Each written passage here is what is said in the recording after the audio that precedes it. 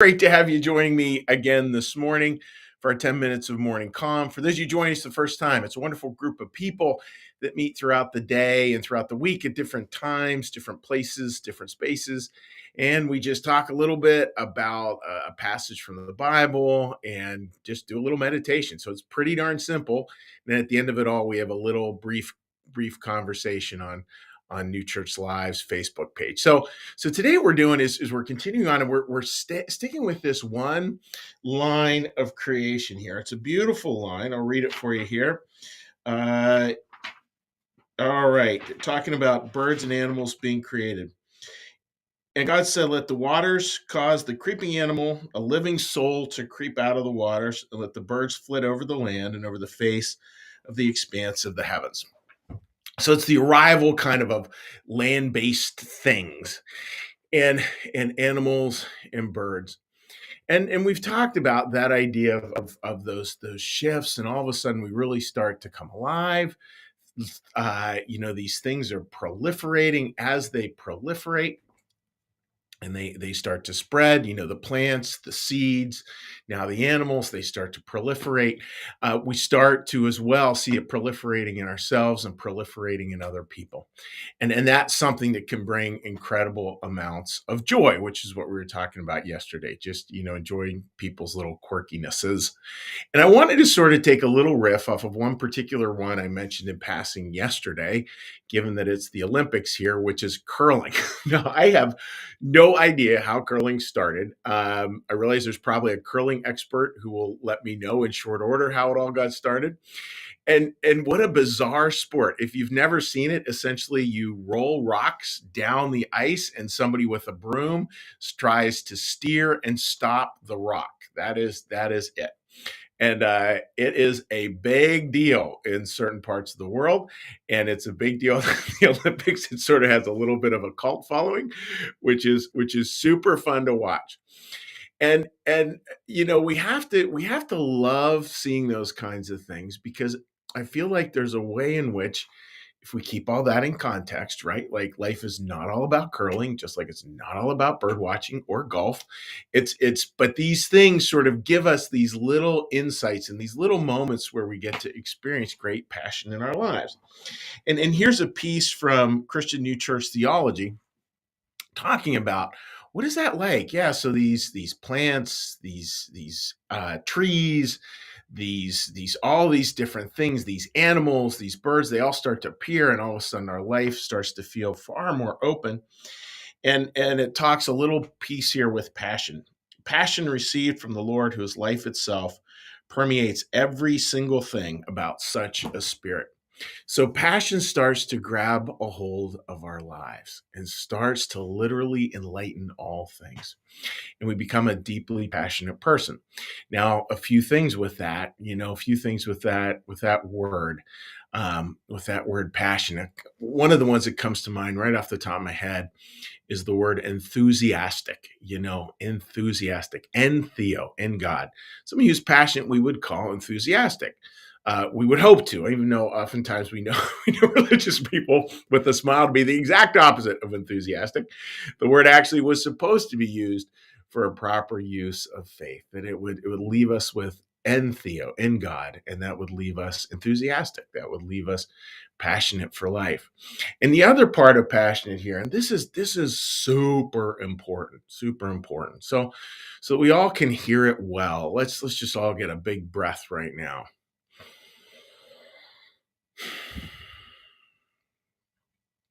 Passion actually has two meanings to it. There's a we are passionate about, which means we deeply love something. We're very passionate about this person, or very passionate about this cause, or very passionate about this thing. It's a beautiful form of passion. And it also has an opposite connotation to it too, which is the word suffering. So it's fascinating to take a look at the word suffering and how that works. So the word suffering there, folks, the word compassion means to suffer with. And think of, like, we've heard the phrase, famous Mel Gibson movie, The Passion of Christ. That was to mean the suffering. And it's interesting because in the older concept of passion, the idea of love and suffering went together very, very closely. And I think we all know that to be true, right? Like, love and suffering really do go together. What we truly love will create inevitably a level of suffering in our hearts. I was thinking of if just a simple one. We love our kids, yet there's suffering involved with parenting. Absolutely. Talk to any parent of a teen and their kids supposed to be home at 11 p.m. and it's 11:05 p.m. Just talk to any parent there about suffering. And there's also a suffering around bigger causes too. Like, somebody who deeply loves the natural world is also going to struggle a great deal with global warming and people not taking the proper steps not to hurt our planet. And that's those things go hand in hand. Like, what we truly love will create a level of suffering on the other side, because this is where we kind of think the world needs to be, and this is where the world is, and that dissonance becomes very, very painful. So, what I'd like to share as a closing thought here is to just understand this. And I think this is super important. You know, I fully expect, working with people, as a pastor and watching people get more and more involved with church or faith over the years, that as faith grows, as love grows, as passion around these bigger purposes grow, so will suffering. It is not that we grow spiritually so that we suffer less, or we grow spiritually so that all suffering is behind us. Um, the crazy part, folks, is I have found in my experience with other folks that the exact opposite is often true. That the more loving, the more open our heart becomes, the more open our heart becomes broken, becomes to be broken. And we can, there's lots of great stuff on that. Richard Rohr writes some particularly beautiful things about that, and I've preached on it many times. You know that our just, if you haven't heard me say this before, you're going to hear me say it now, and I say it 101 times. Consider this 102, which is, our choice is not whether our hearts break. Our choice is whether our hearts break open. And when our hearts break open, you can expect more and more heartbreak. Now, hopefully, it doesn't become debilitating. Hopefully, it becomes something that actually opens us to God, to other people, to the better angels of our natures, to our best selves, to the world. It starts to open us up. And I dollars to donuts, folks, like those people in your life who really are the most truly loving, probably have a great deal of suffering in there somewhere. Just something to keep in mind, and something to keep in mind with yourself too. That it's sort of part of this journey. It comes along with it, that we don't get to, as this old saying goes, nobody leaves this life alive, and I think no one leaves this life without wounds, and yet those wounds are the signs that we have lived, and that we have done our best, and we've leaned into stuff that is hard and challenging a lot of the time. So that's my thought for you folks today, is around that word, passion, and when passion can come to take over your life, which is the state of creation, and start to really permeate our spirits. And to just remember that with great love comes great suffering. And suffering is a reminder of how much we love. So please don't think there's anything wrong if you're struggling. Your sign of struggle may actually be the sign you're on the right path. Think about that. So that's my thought for today, dear friends. So what we're going to do today is we're going to do our little meditation here. I'm going to ring the bell, and then after I ring the bell, just have a moment of silence.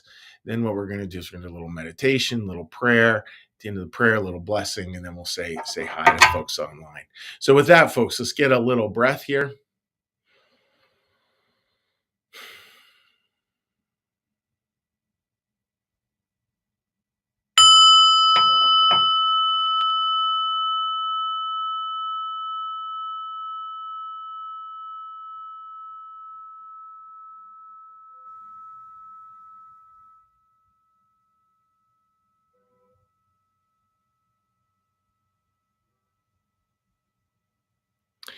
Be still and know that I am God.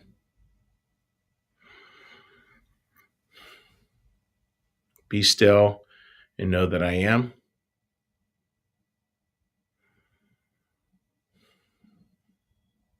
Be still and know that I.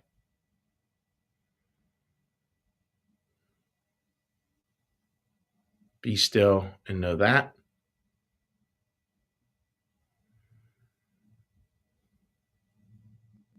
Be still and know.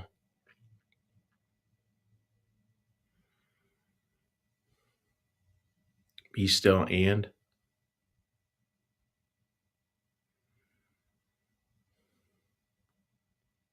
be still.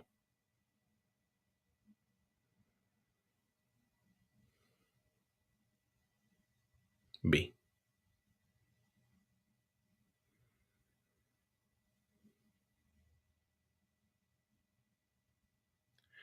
Our Father, who art in the heavens, hallowed be thy name. Thy kingdom come, thy will be done, as in heaven, so upon the earth. Give us this day our daily bread, and forgive us our debts, as we also forgive our debtors. And lead us not into temptation, but deliver us from evil. For thine is the kingdom, and the power, and the glory forever. Amen. May the Lord bless you and keep you. May the Lord make his face to shine upon you and be gracious unto you. May the Lord lift up his countenance upon you, bring you peace, and bring you home. Amen. All right, dear friends, let's see a quick hello from folks here. And again, I hope you're doing well. You can leave a comment again on New Church Live's Facebook page. And there we go. All right. All right, Gene, good morning to you down there in Maryland. Paige, my dear friend, great to see you. I hope you're doing well. Linda gives a little good morning and good morning to Marianne as well. Sherry checking for the personification of enthusiasm. Well, thank you. I do appreciate it. It actually came across as one of my top character traits. It was kind of fun. And the other one, Sherry, I got to tell you this. So we found out nice financial end of year financial gift from somebody in Tennessee down by you, which was kind of fun, to see. Oh yeah, we got our Tennessee contingent going. Marcus, good to see you joining us this morning, buddy. George from Africa, great to see you, George. Good morning, Reverend Chuck. Thank you for the always message to us. So inspiring to me. So glad, buddy. The video just froze. Well, hopefully you can reload it and it will stop that.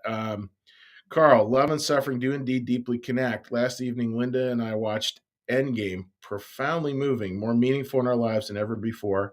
Takes place at UCSF, that is now caring for me, hopefully keeping me some distance away from the end. Oh, that is interesting, Carl. Yeah, it's like, yeah, smart. And it's amazing how those connections work, right? Like that sounds like exactly what it was supposed to be, exactly what we were supposed to watch. Why more heartache when our hearts break open? Linda, that is such a key question. Really good question. I don't really know. I just know that um, I remember sort of simple example, back in the day, sort of having a more detached view of funerals, even, like go in, you do a funeral, you do something for the family. And now funerals, like, and I tell our team this, they break my heart, they just break my heart. And they personally will leave me feeling very drained for a number of days. And of course, that's nothing compared to what the families are dealing with. But I think just I just understand more what the loss is just in terms of getting older, and I think that's part of it. And I do think that question is really a big one, and it helps us. I mean, the flip side of it is that it does help us to empathetically reach out, serve, understand other people, and maybe that's the plus to it. Uh, Mary writes, "Thank you. It's so easy for me to sink into the hopelessness and purposefulness and suffering." Yeah, the hopelessness, and yeah, and that's where we have to sort of see that there is in God's economy, even those things that feel so challenging like that. Uh, that they're there. There's ways, again, where in God's economy we can learn, and I don't think that God breaks our hearts so that our hearts break open. I don't think that at all. That would be a really cruel vision of God, and it doesn't pass the simple test of, would you do that to your kids? No, absolutely wouldn't. I think what happens is that our hearts do break. That's part of living in this life with all its limitations, all its finiteness, all its brokenness, and God doing God's best to hold that within the spirit of freedom, and allowing us to be free, make the decisions we make, do what we do, and living within a world that's finite, that does have pain to it. And within that, when these challenges happen, God can pull us forward. And Teresa, we are sharing in the experience of each other and God. Totally agree with that.